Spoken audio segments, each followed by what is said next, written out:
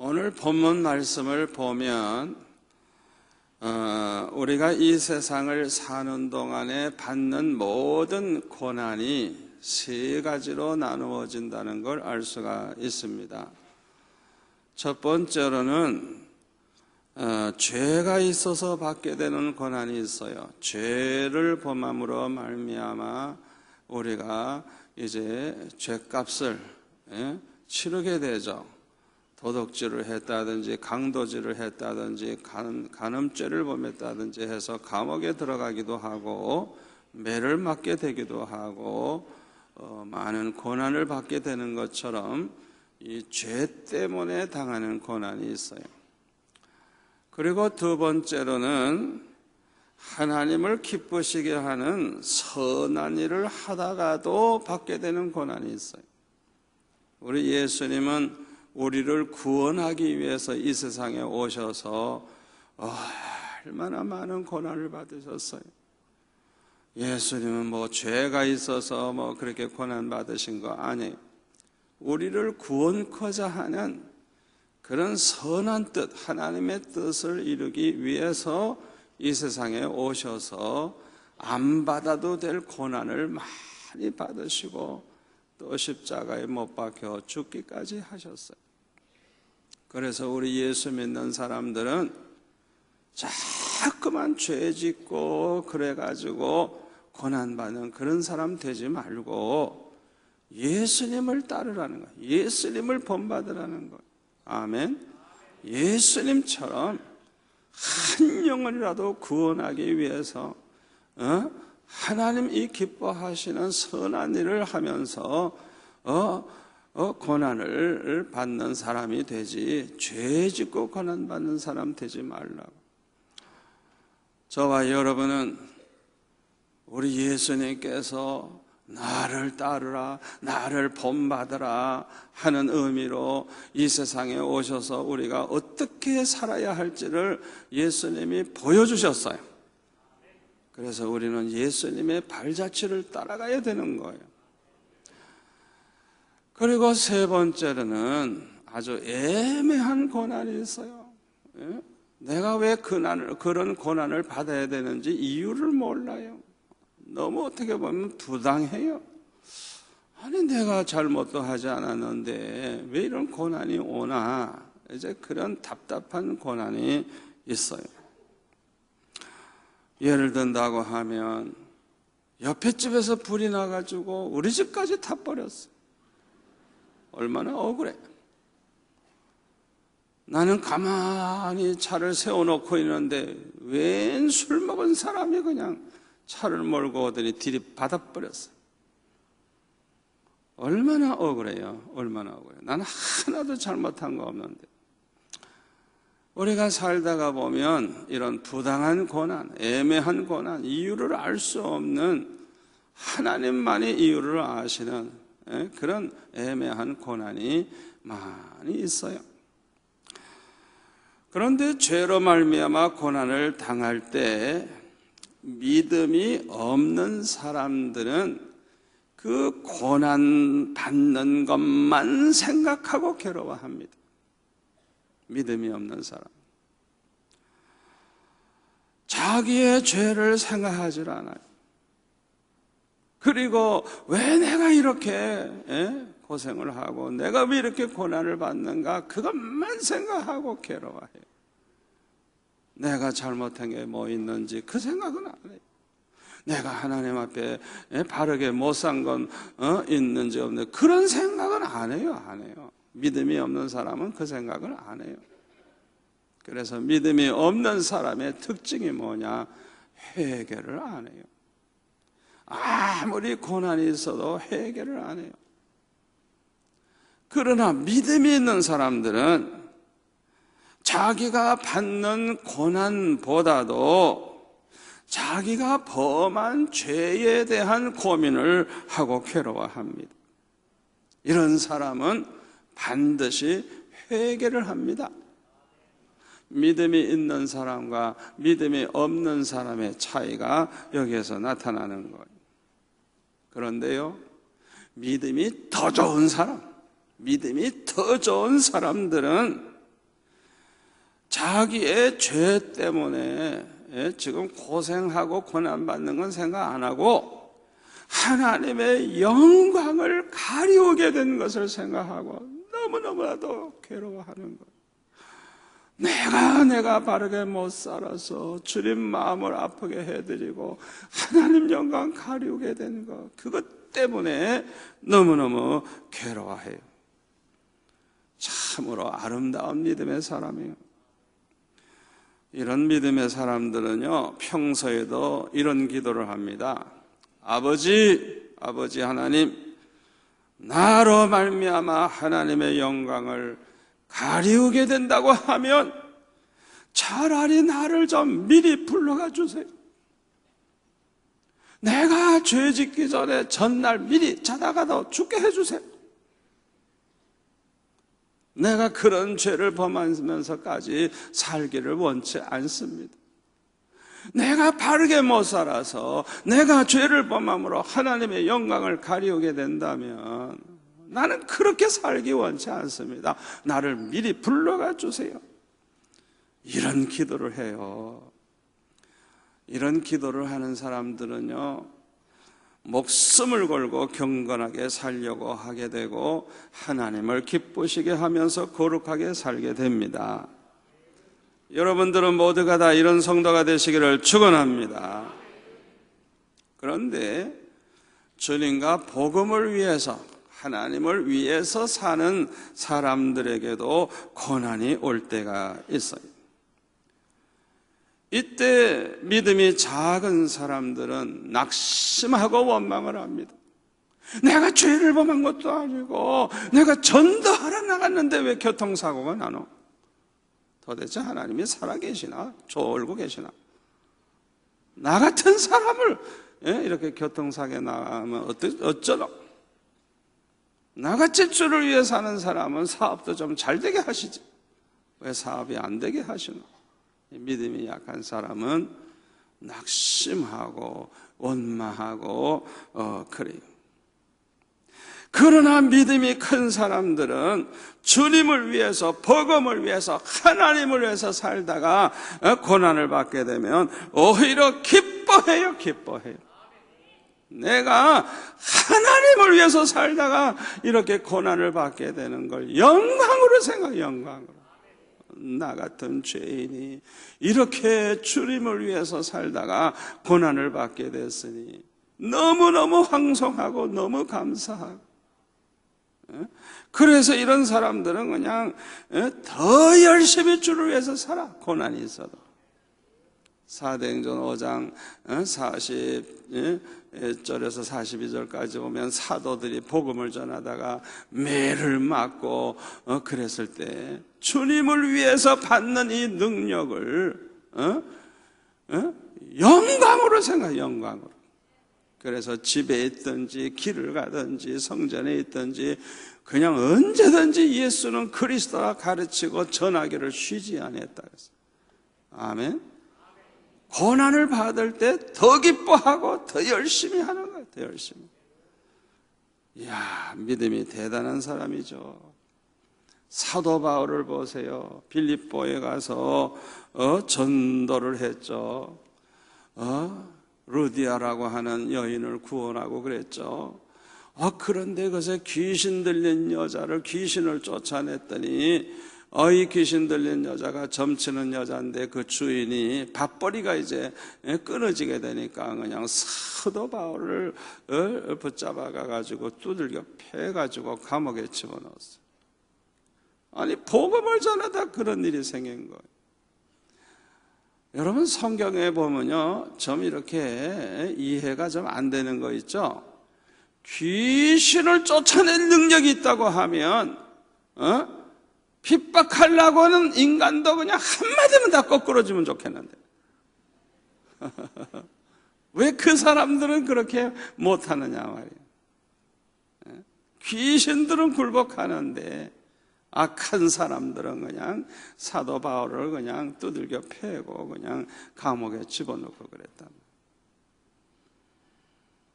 얼마나 마음속에 낙심하기 쉬워요. 아니, 딴 일도 하시는 게 아니고 복음 전했는데 왜 하나님이 나를 이렇게 매를 맞게 하고 감옥에 들어가게 하느냐, 원망하게 쉬워요. 그런데 믿음의 사람 사도 바울과 실라는 어떻게 했어요? 쑤시고 아프고 괴로운 피투성이의 몸 가지고 한밤중에 하나님을 찬양하면서 기도하면서 하나님 앞에 감사하는, 어떻게 그런 가운데서도 기뻐하고 감사하고 찬양할 수가 있느냐?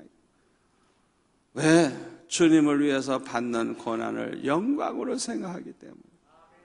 대단한 믿음의 사람이에요. 그럴 때 기적이 일어나잖아요. 그냥 막 지진이 일어나고 그냥. 그래서 간수장과 그 가족을 다 또 예수 믿게 하고 세례받게 하고, 그래서 빌립보 교회가 이제 세워지게 되는 놀라운 그런 역사가 일어나죠. 또 애매히 고난당할 때도 있습니다. 이때에 어떤 태도를 취하느냐에 따라서 우리의 믿음이 나타나게 됩니다. 애굽을 떠나서 가나안 땅으로 가는 이스라엘 백성들에게 좀 편안하고 시원하고 좋은 길로 인도했더라면 얼마나 좋았겠어요. 그런데 하나님께서 광야길로 인도하시는 거예요. 이 광야는 너무너무 견디기가 힘든 고난의 땅입니다. 이때 그들은 원망불평을 합니다. 왜 하나님이 우리를 왜 이렇게 고생을 시키느냐 이거예요. 가나안 땅을 주시려면 좀 빨리 좀 들어가게 하시지 왜 이렇게 고난을 받게 하시느냐 이거예요. 하나님께서 불기둥과 구름기둥이도 하시고 반석에서 생수가 나오게 하시고 만나와 메추라기로 먹이시고, 성경에 보니까 발이 부르트지 않게 하시고, 날마다 걷지만은 아무도 발이 부르진 않아. 또 옷이 헤어지지 않았다 그래서 참 놀라운 일이죠. 이런 기적이 날마다 일어남에도 불구하고 그들에게는 기쁨이 없었고 감사가 없었고 찬양이 없었어요. 왜 그랬을까요? 하나님을 몰랐기 때문에 그래요. 믿음이 없는 사람의 특징이 그래요. 하나님의 은혜로 살면서도 하나님을 모르는 사람은 하나님의 은혜를 몰라. 여러분, 우리가 건강한 거 감사하시기 바랍니다. 온 몸이 이렇게 반듯하게 태어난 것도 감사하시기 바랍니다. 태어날 때 눈 하나가 감긴 사람도 있고요, 태어날 때 코가 삐뚤어진 사람도 있고요, 태어날 때 귀가 안 들리는 사람도 있고요, 별별 사람 다 있어요.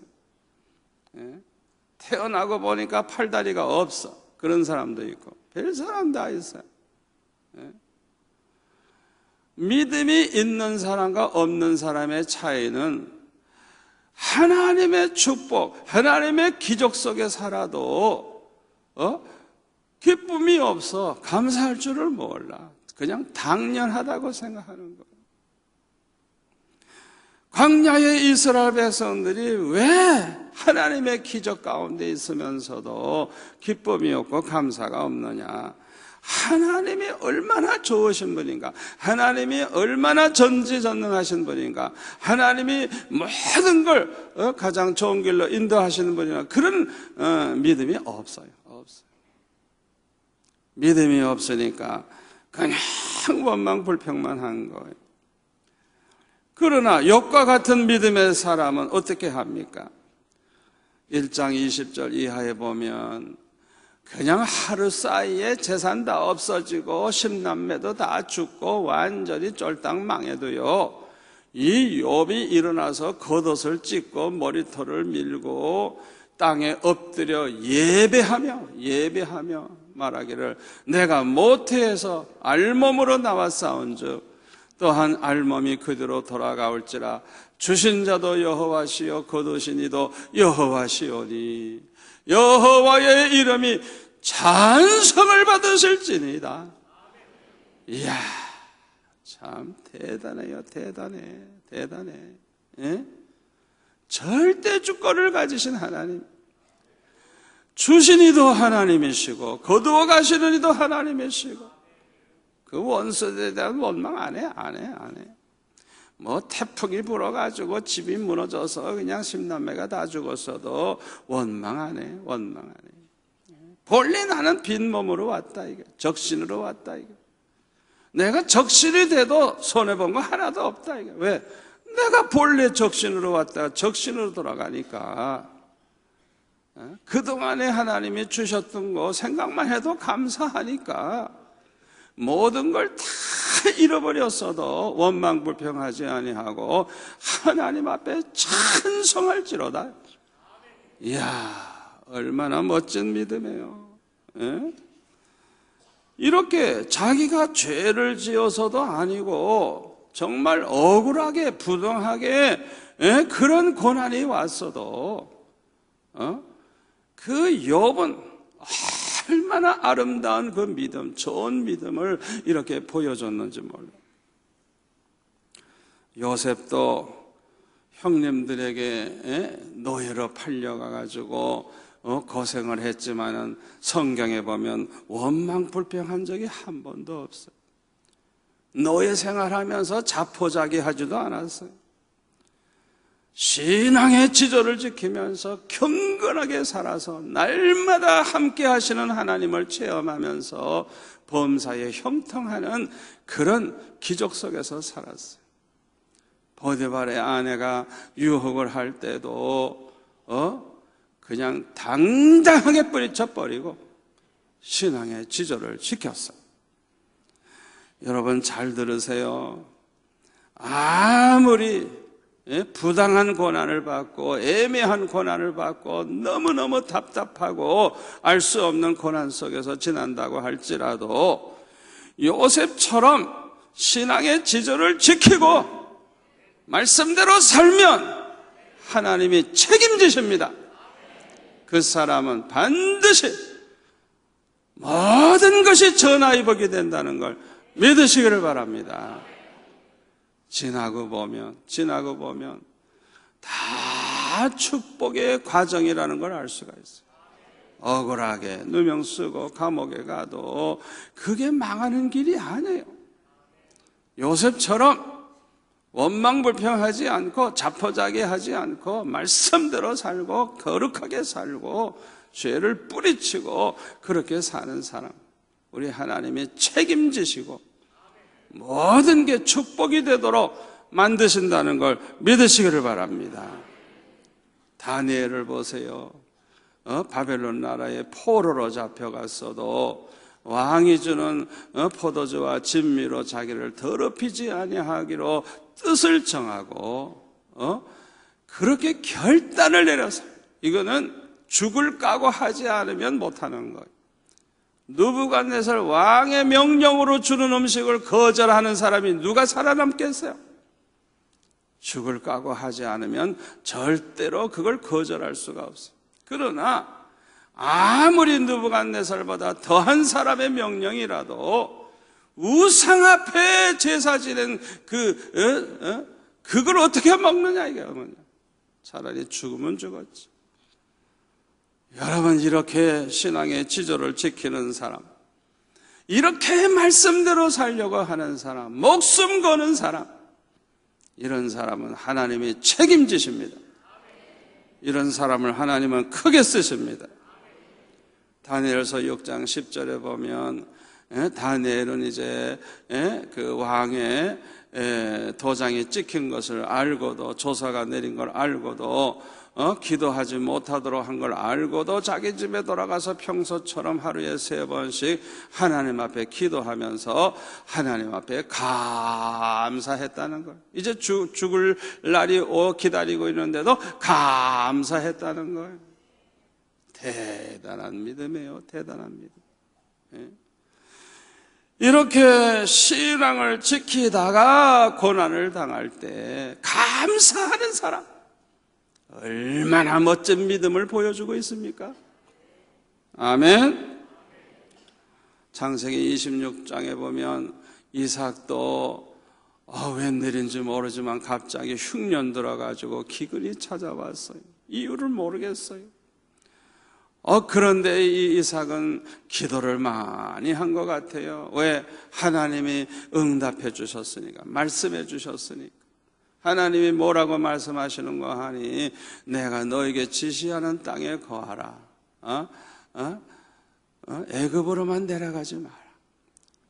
그렇게 말씀을 하셨을 때 무조건 순종을 하고 애굽으로 내려가지 않고 그랄 지방에 하나님의 지시에 따라서 그냥 그 지방에 머물렀어요.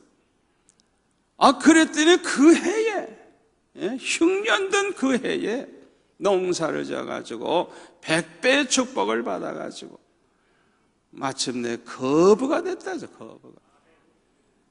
여러분, 아니 이유도 없이 흉년이 올 수 있어요. 흉년이 와도 흉년 때문에 망하는 거 아닙니다. 흉년 때 곡식이 없어서 아우성칠 때 오히려 더 부자 되는 사람이 있어요. 아멘. 흉년 때에 하나님이 축복하시면 더 큰 돈을 벌 수가 있어요.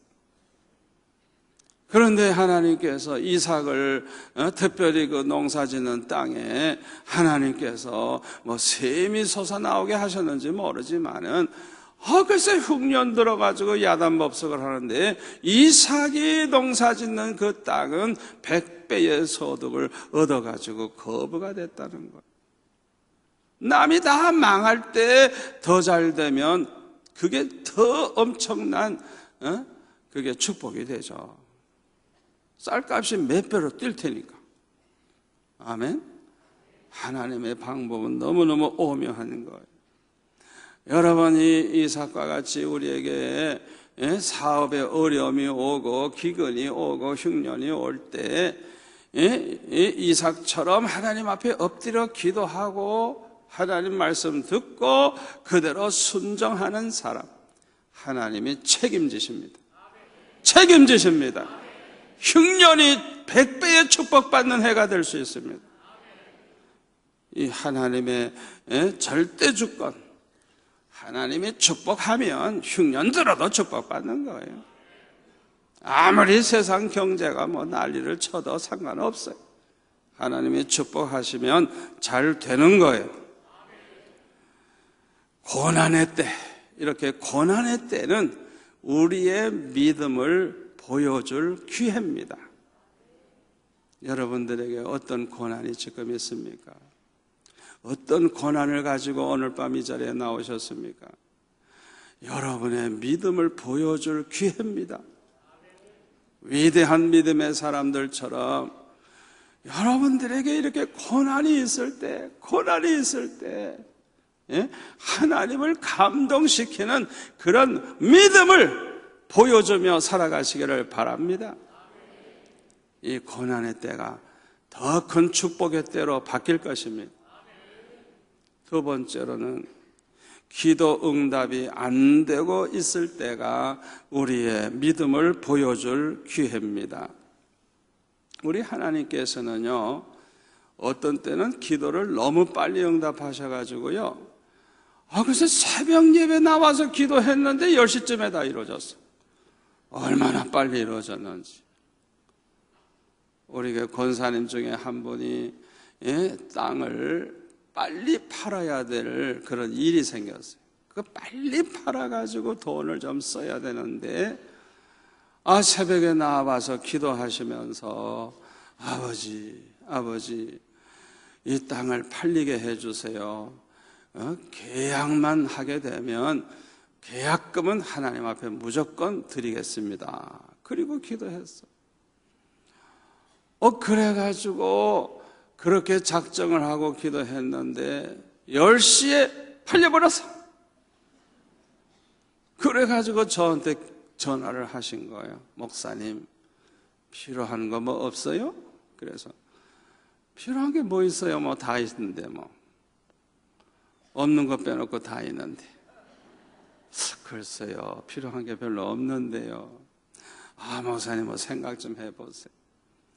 가만히 생각해 보니까 복사기가 하나 우리 집 사무실에 하나 있으면 좋겠다 싶어가지고 복사기 하나 샀으면 좋겠다 그랬더니 계약금보다 좀 더 비싼 걸 사셔가지고 보태가지고 그냥 그렇게 그날로 들어왔어요. 그래서 저는 그냥 지금까지도 복사하면서 기도가 저절로 나와요. 그 권사님, 그 자녀들 위해서 그냥 그 복사 한 장 해도 그냥 눈 딱 감고 기도하고 축복하고. 그 권사님 수지 맞았지. 항상 그렇게 기도하게 돼요. 기도하고. 참 어떤 때는 그렇게 기도응답이 빨라요. 그런데 어떤 때는요, 기도응답이 안 되는 거예요.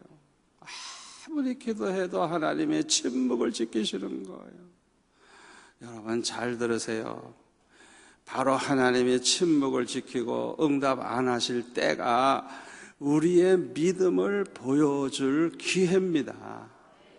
우리가 얼마나 좋은 믿음을 가지고 있는지, 하나님을 기쁘시게 하고 감동시킬 만한 믿음을 가지고 있는지 그렇지 아니한지 그걸 보여줄 수 있는 기회라는 걸 믿으시기를 바랍니다.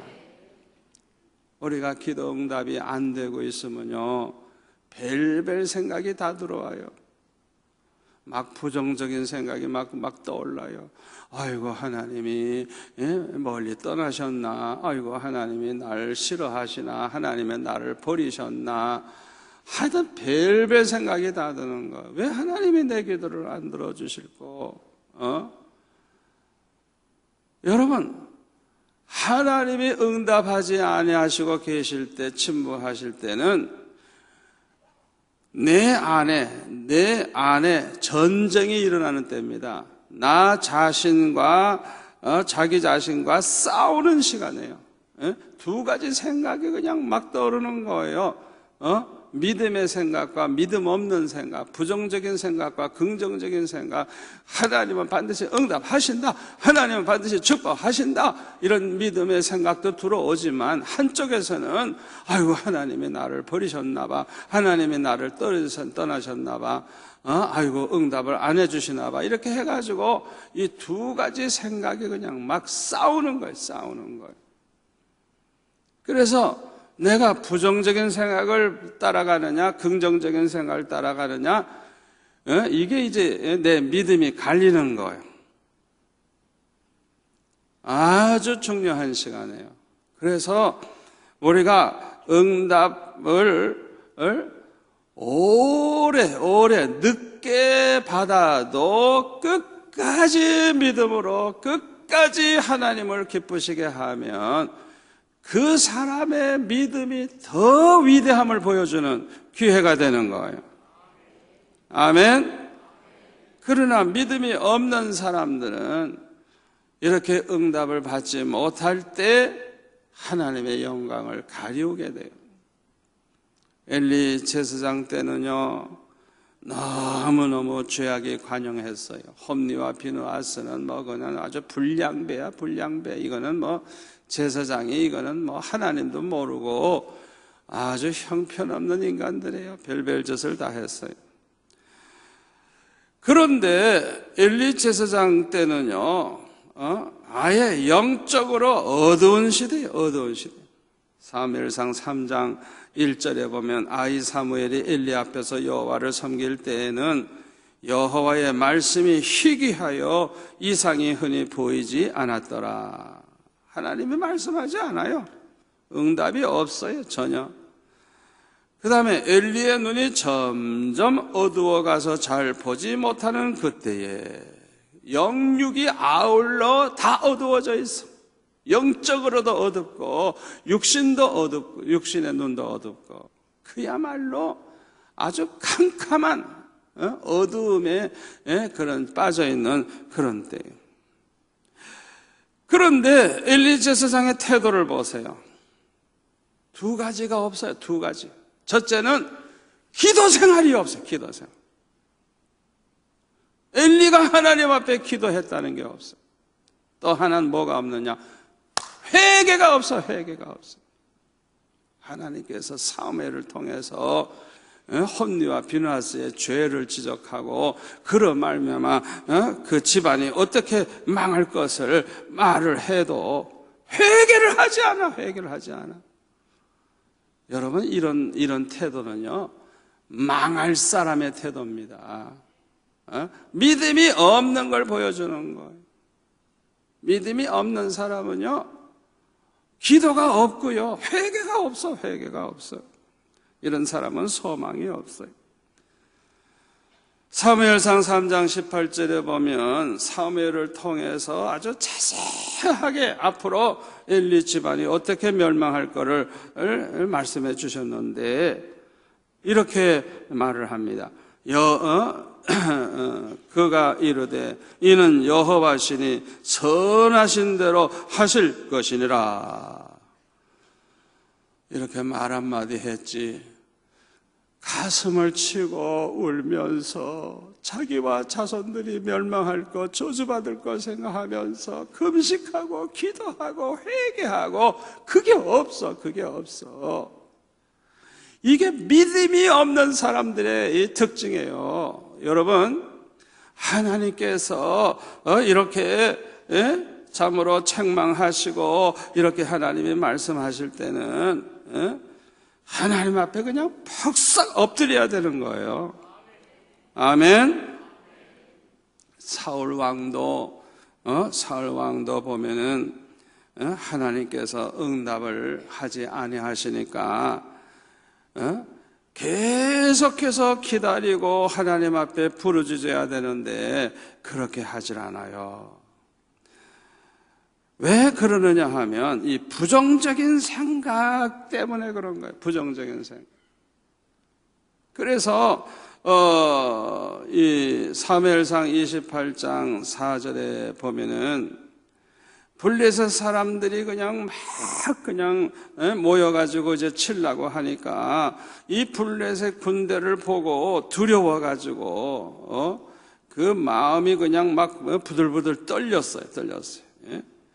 그때 사울이 6절에 보면 여호와께 묻자오되 여호와께서 꿈으로도 우림으로도 선지자로도 그에게 대답하지 아니하심으로 응답이 없으므로 사울이 그의 신하에게 이르되 나를 위하여 신접한 여인 무당을 찾으라. 내가 그리로 가서 그에게 물으리라.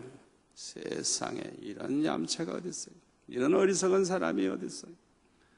하나님 앞에 기도해도 응답 안 되니까 무당 찾아가는 거예요. 무당 찾아가는. 세상에 이런 믿음 없는 사람이 어디 있겠어요?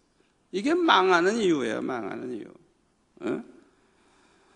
하나님이 응답하시지 않으신다 그래가지고 그래 무당 찾아가는 바보가 어디 있어요?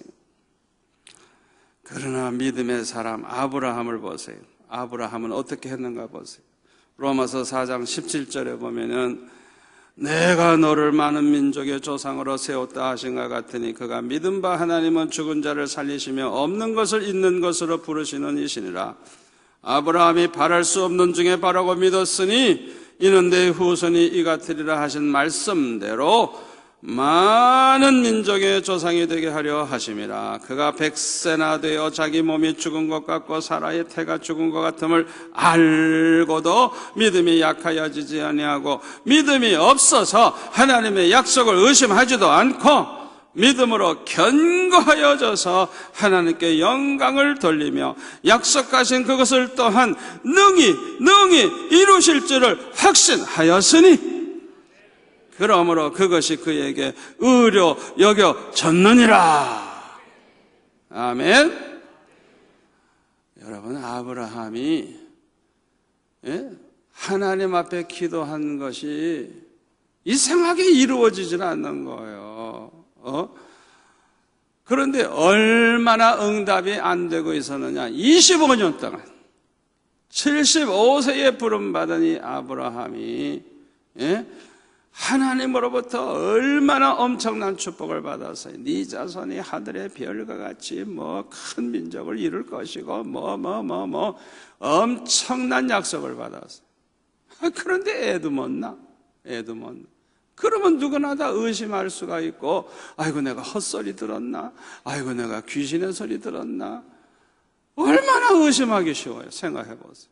더군다나 자기 나이가 100세고 사라의 나이가 90세나 돼가지고 이제는 불가능해. 임신이 불가능해. 90세 노인이 애 낳았다는 소리 들어봤어요? 없지. 애 뵐 수가 없어요. 그러니까 100% 불가능한 거예요. 그러면 의심이 얼마나 생기겠어요? 그런데도 의심하지 않는 거예요.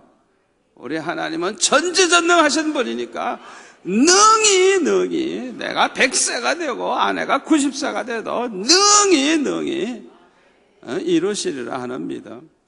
굉장한 믿음이에요. 굉장한 믿음. 하나님의 신실하심을 믿는 믿음. 하나님은 말씀하신 것은 반드시 책임지신다. 말씀하신 건 반드시 이루신다. 그 믿음을 가지고 흔들리지 않은 거예요. 25년 동안 100세가 될 때까지 흔들리지 않는 거예요. 그게 아브라함의 위대한 믿음이에요. 여러분, 5년쯤 응답이 안 돼도 끝까지 믿는다고 하면 그 굉장한 건데, 10년이 응답이 안 돼도 의심하지 않고 믿는다면 굉장한 건데, 25년이나 그렇게 끝까지 믿었다니까. 늦게 이루어질수록 끝까지 그 사람이 믿고 의심하지 않았다면 늦게 응답 받을수록 위대한 믿음의 사람이에요. 아멘. 응답이 되지 아니할 때 내 믿음을 보여줄 수 있는 좋은 기회예요. 아멘. 얼마나 중요한 말씀인지 몰라요.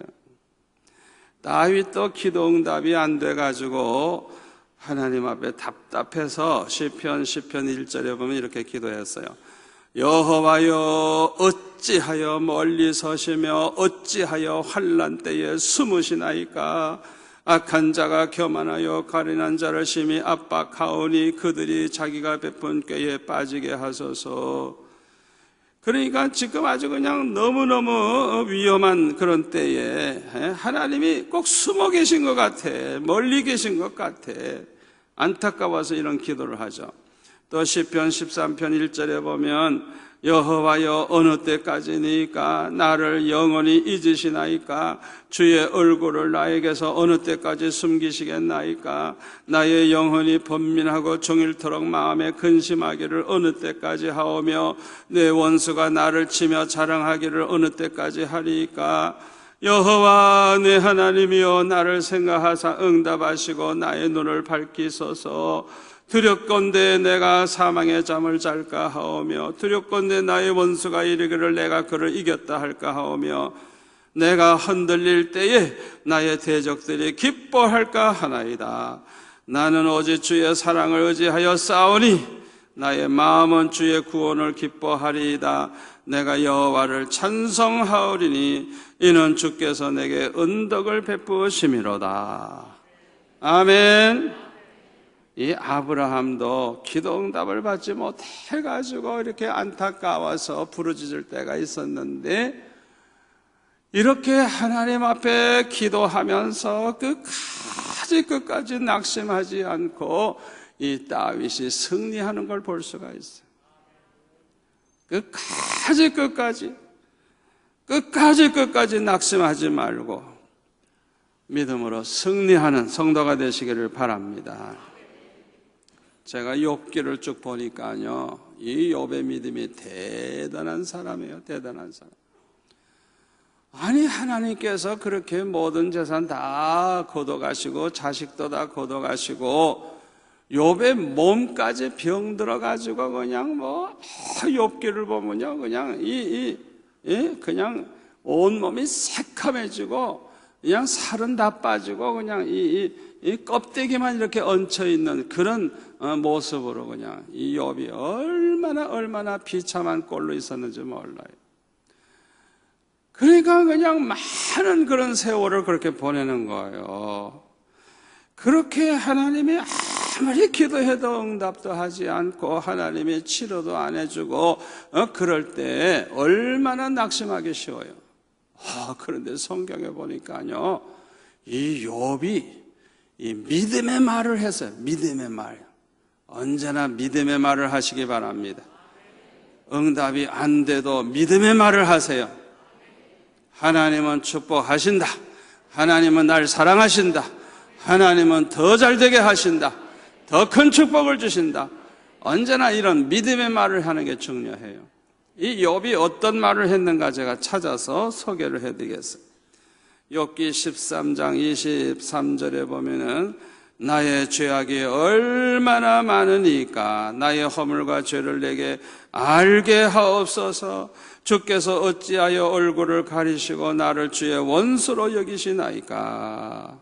이 욥은 이렇게 기도 응답이 안 될 때 자기가 얼마나 죄가 많아서 그런지 도대체 왜 그러시냐고, 내 죄를 좀 알게 해달라고 참 자기의 그 고난 때문에 몸부림치기보다도 자기 죄가 좀 뭔지 알게 해달라고 하면서 그렇게 기도하는 걸 볼 수가 있어요. 그런데 어떻게 믿음의 말을 하느냐? 욥기 19장 25절에 보면 이런 말을 합니다. 내가 알기에는, 우리 같이 읽을까요? 내가 알기에는 나의 대속자가 살아 계시니 마침내 그가 땅 위에 서실 것이라. 내 가죽이 벗김을 당한 뒤에도 내가 육체 밖에서 하나님을 보리라. 아멘. 이게 믿음의 말이에요. 믿음의 말. 믿음의 말. 예? 나의 대속자가 살아계시니, 그 하나님이 살아계시니 내가 육체 밖에서 그를 보리라. 그 하나님을 보리라. 이 믿음의 말, 믿음의 말. 또 욥기 23장 10절 우리 같이 읽을까요?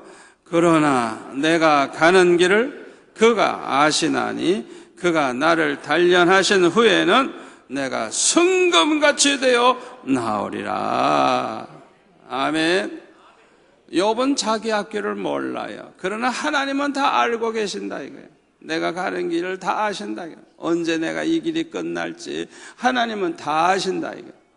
하나님이 예정하시고 하나님이 계획하시고 지금 욥을 연단하시는 거거든요. 그러니까 하나님께서 단련을 다 하신 다음에는 내가 아주 정금같이 되어 나오리라. 순금같이 되어 나오리라. 이야, 이거 위대한 믿음의 말이에요. 망한다는 게 아니에요. 정금 같은 그런 믿음의 사람이 되어서 아주 하나님 앞에 온전한 믿음의 사람이 되어서 영광을 돌리게 될 것을 믿음으로 그렇게 말해버리는 거예요. 이런 말, 언제나 이 믿음의 말은 무조건 하세요. 그냥 마음속에 떠오르는 대로 하세요. 떠오르면서 내가 이렇게 고생하지만은 내가 이 고생을 했기 때문에 더 큰 믿음으로 하나님을 위해 살게 되리라. 하나님이 나를 더 크게 쓰리라. 믿음의 말 하세요. 아멘. 믿음의 말 하세요.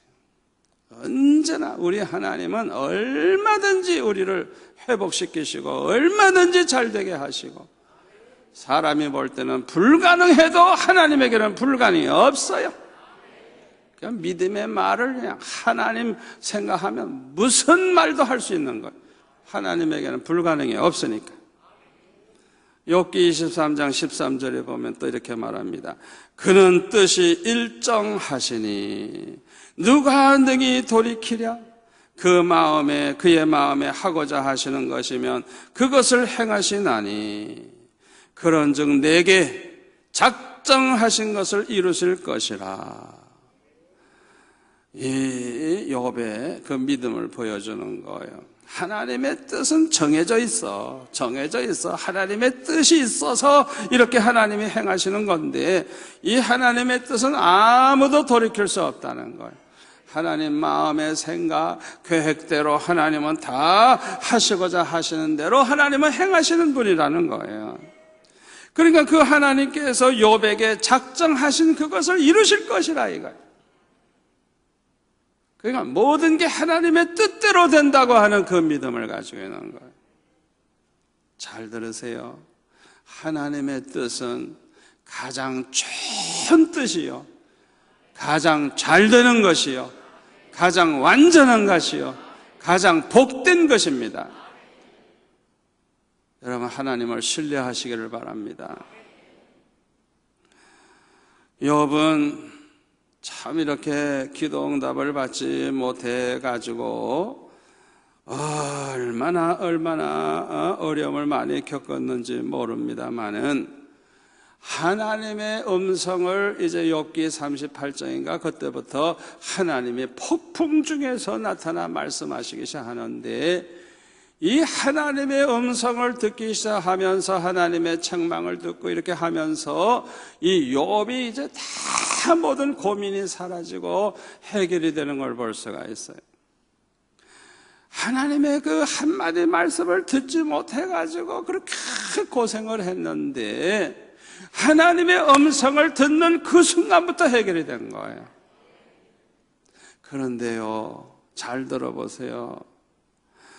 우리에게는요, 신비한 하나님의 음성이 안 들려도 우리에게 이 성경을 주셨어요. 성경을 주셨어요. 하나님이 말씀하신 걸 다 기록해서 주셨어요. 그렇기 때문에 우리가 이 성경 말씀을 읽는 가운데 놀라운 응답을 받게 되고 성경을 읽다가 하나님의 음성을 듣게 되는 거예요. 여러분, 고난이 있을 때, 답답할 때 성경을 열심히 읽으시면서 그 말씀을 통해 하나님이 내게 오늘 뭐라고 말씀하시는지 성경을 읽다가 하나님의 음성을 들으시기를 바랍니다. 우리는 특별히 이상한 소리, 특별히 하나님의 이상한 소리 들으려고 너무너무 거기에 신경 안 써도 돼요. 성경 읽으면 나와 같은 경우를 당한 사람에게 하나님이 어떻게 말씀하셨는가 그걸 찾게 되면 그게 하나님의 음성 그대로, 하나님은 변치 않거든요. 언제나 똑같은 분이거든요. 그래서 우리는 성경을 읽다가 하나님의 음성을 들을 수 있는 거예요. 얼마나 중요한 얘기를 제가 하고 있는지 몰라요. 그래서 우리가 괴로울 때, 답답할 때 성경 많이 읽으세요. 저는 공군 군목 훈련 받으러 갔을 때 나이가 그때 32살이나 됐는데 그 20대 젊은이들 장교들 훈련 받는 데서 같이 받았어요. 10살 밑에 동생들하고 받았어요. 구대장들이 다 저보다 어린 사람들. 그런데 이거 형님도 알아보지도 않고 목사도 알아보지도 않고 그냥 얼마나 그냥 막 그냥 뭐 굴리는지 얼마나 제가 고생했는지 몰라요. 그러니까 저는 그냥 뭐 새벽에 그냥 일찌감치 일어나서 그냥 성경을 주로 시편을 읽었어요. 시편이냐 꿀속이야 꿀속이. 그 고난의 때에 그냥 이 시편을 읽으면 그냥 그 다윗의 그 심정을 그냥 그대로 이해할 수 있고 다윗이 왜 이런 기도를 했는지 그냥 그게 생생하게 느껴지고 성경을 이제 읽고 기도를 그냥 뭐 나팔 불 때까지 하는 거예요. 나팔 불 때까지. 뭐 일찍 일어나면 안 된다 그러는데 뭐 저는 그냥 일어나 앉아가지고 그냥 날마다 그렇게 기도하는 거예요. 1시간, 2시간 그냥 기도하고 성경 읽고 그리고 금식 기도도 많이 했어요.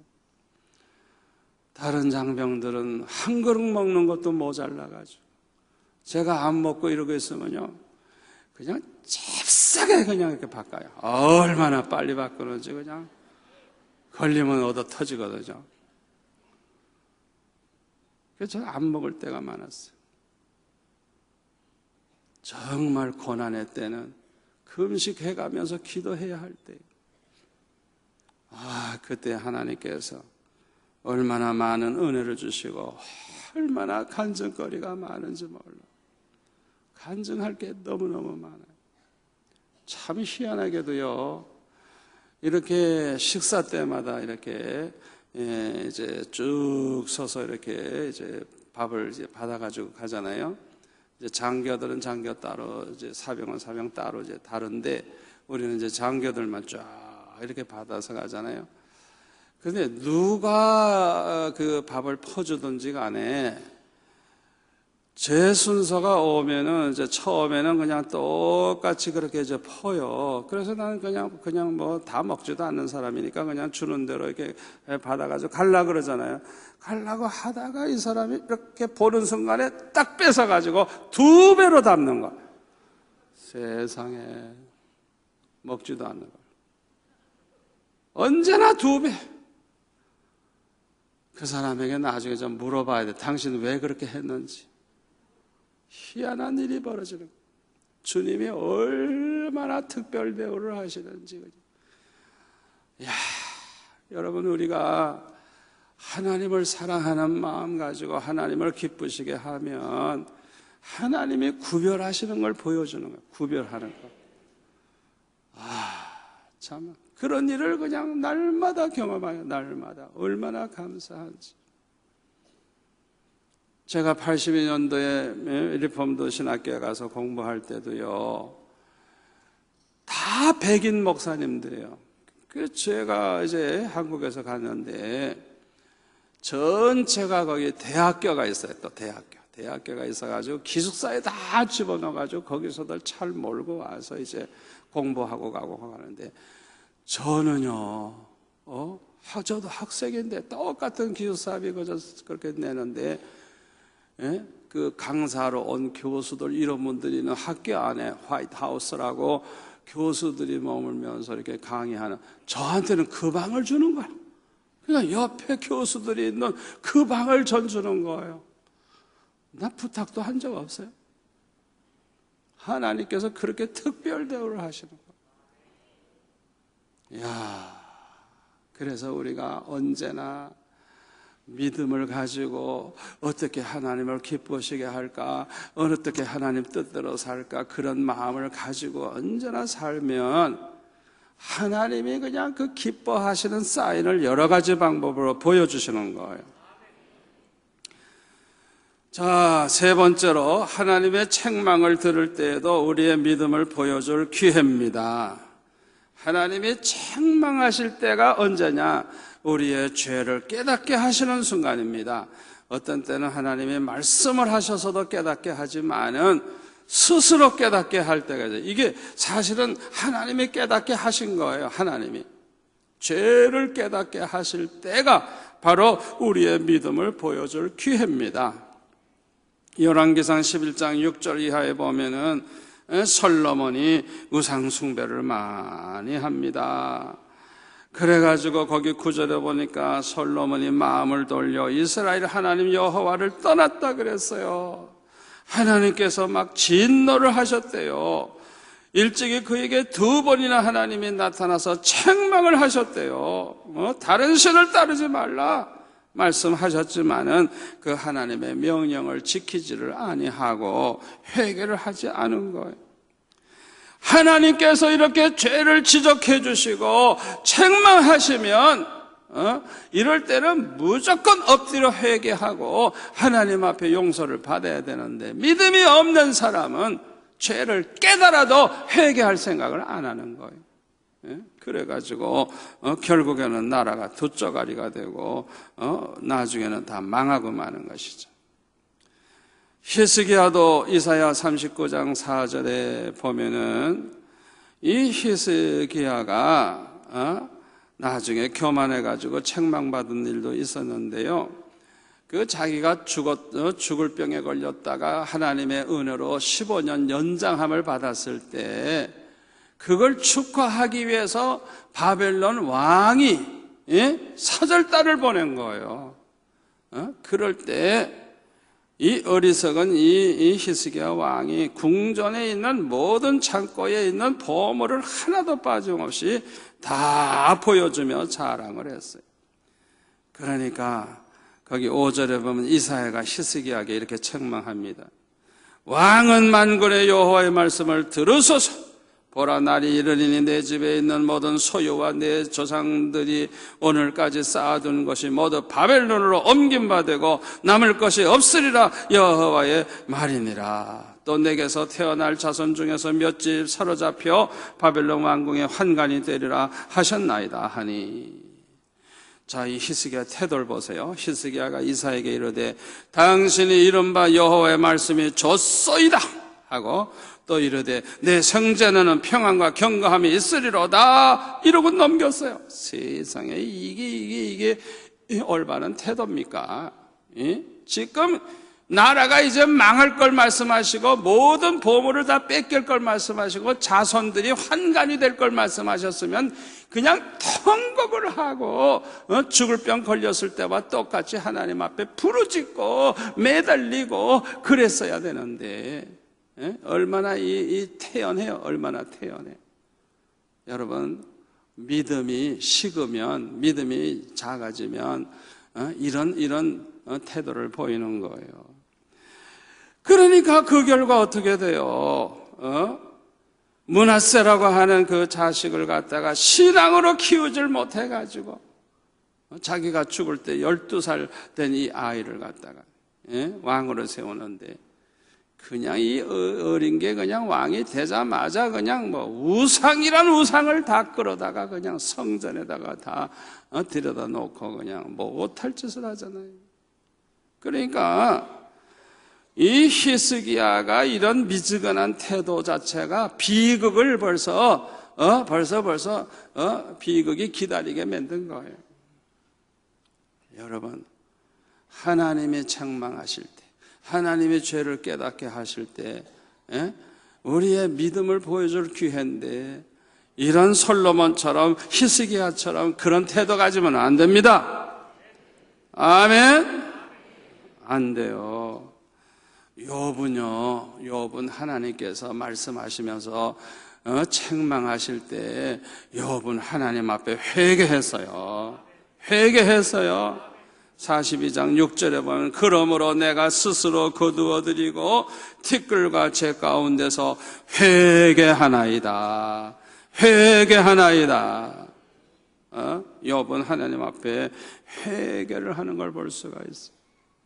그리고 자기를 괴롭힌 친구들에게 축복 기도를 해요. 10절에 보면 욥이 그의 친구들을 위하여 기도할 때에 여호와께서 욥의 공경을 돌이키시고 여호와께서 욥에게 이전 모든 소유보다 갑절이나 주신지라.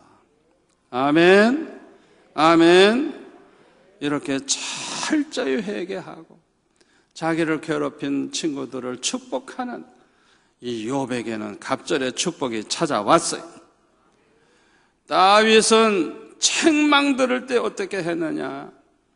밧세바를 빼앗고 우리아를 죽인 후에 나단 선지자가 죄를 지적하면서 책망을 할 때 아주 겸손하게 내가 여호와의 말씀을 죄를 범했다고 하면서 회개하는 걸 볼 수가 있어요. 무조건 엎드러지는 거예요. 이게 살 길이에요. 하나님의 죄를 말씀하시면 그냥 겸손히 엎어져서 회개하는 것만이 살 길입니다. 하나님이 또한 그 임신한 아이가 이제 태어난 다음에 그 아이가 병들어서 이제 죽으리라 그랬잖아요. 그런데 정말 이 아이가 아픈 거예요. 그러니까 다윗이 어떻게 해요? 죽을 때까지 금식하며 기도하는 거예요. 금식하며. 성경을 보니까 땅바닥에 무릎 꿇고 땅바닥에 무릎 꿇고. 그게 믿음의 태도입니다. 아멘. 자기가 죄를 범해가지고 지금 이렇게 하나님이 치시는데 그저 선하신 하나님이니까 뜻대로 하옵소서 이따위 짓 하면 안 되는 거예요. 그러면 안 되는 거예요. 다윗은 막 금식하면서 회개하면서 아버지 불쌍히 여겨달라고, 그 어린 영혼 살려달라고. 그 아이가 죽었다 그러니까 이제 기도 그만뒀죠. 그런 태도를 보시고 하나님이 얼마나 기뻐하셨는지. 두 번째 아이 솔로몬을 주실 때는 여호와께서 그를 사랑하신다 하는 그런 뜻으로 이름을 그렇게 특별히 여디디아라는 이름으로 그렇게 하나님이 불러주셨어요. 하나님이 그를 사랑하신다 하는 뜻. 여러분, 죄를 깨닫게 하실 때 겸손히 회개하고, 죄 때문에 고난이 왔을 때는 겸손히 금식하며 막 부르짖고 회개하는 그런 자세를 가지면 자비하신 하나님이 긍휼히 여기시고 용서하실 뿐만 아니라 오히려 사랑해 주신다는 걸 믿으시기를 바랍니다. 하나님께서 책망하실 때, 죄를 깨닫게 하실 때 우리의 믿음을 보여줄 수 있는 좋은 기회입니다. 시편 30편 5절에 보면 내가 이르기를 내 허물을 여호와께 자복하리라 하고 주께 내 죄를 아뢰고 내 죄악을 숨기지 아니하였더니 곧 주께서 내 죄악을 사하셨나이다. 셀라.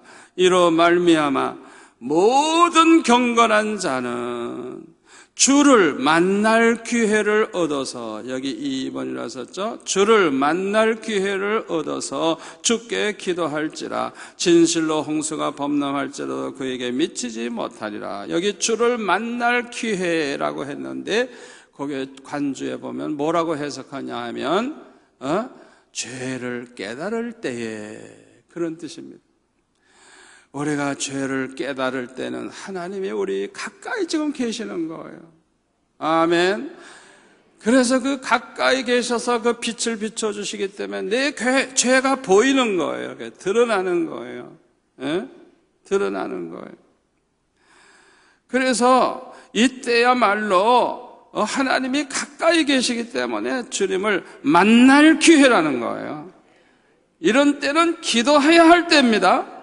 이때 기도하면 홍수가 범람할지라도 우리 집에는 미치지 않게 되는 놀라운 축복이 있다는 거예요. 이사야 55장 6절에 보면 너희는 여호와를 만날 만한 때에 찾으라. 가까이 계실 때에 그를 부르라. 여기 만날 만한 때에, 죄를 깨달을 때에 그 뜻이에요. 죄를 깨닫게 해주시는 그때가 바로 회개할 때고 하나님 만날 수 있는 기회라는 걸 기억하시기를 바랍니다. 그러니까 하나님의 책망하실 때, 죄가 깨달아질 때 그거는 저주가 아니고 축복받을 기회예요. 그때 바로 그냥 엎드러져서 회개만 하면 하나님 만나게 되는 거예요. 축복받게 되는 거예요. 아멘. 너희는 여호와를 만날 만한 때 찾으라. 가까이 계실 때 그를 부르라. 악인은 그의 길을, 불의한 자는 그의 생각을 버리고 여호와께로 돌아오라. 그리하면 그가 긍휼히 여기시리라. 우리 하나님께로 돌아오라. 그가 너그럽게 용서하시리라. 아멘. 여러분들은 고난이 왔을 때, 기도 응답이 도무지 안 될 때, 하나님의 책망을 들을 때 어떻게 하시겠습니까? 이런 때는 우리의 믿음을 보여줄 수 있는 좋은 기회라는 것을 아시고, 우리가 이 고난이 왔을 때, 기도 응답이 안 될 때, 하나님의 책망을 들어 내 죄를 깨닫게 될 때 전 믿음의 사람들과 같은 본을 보여주셔서 하나님께 영광 돌리시고 더 큰 복을 받으시는 성도가 되시기를 축원합니다. 축원합니다.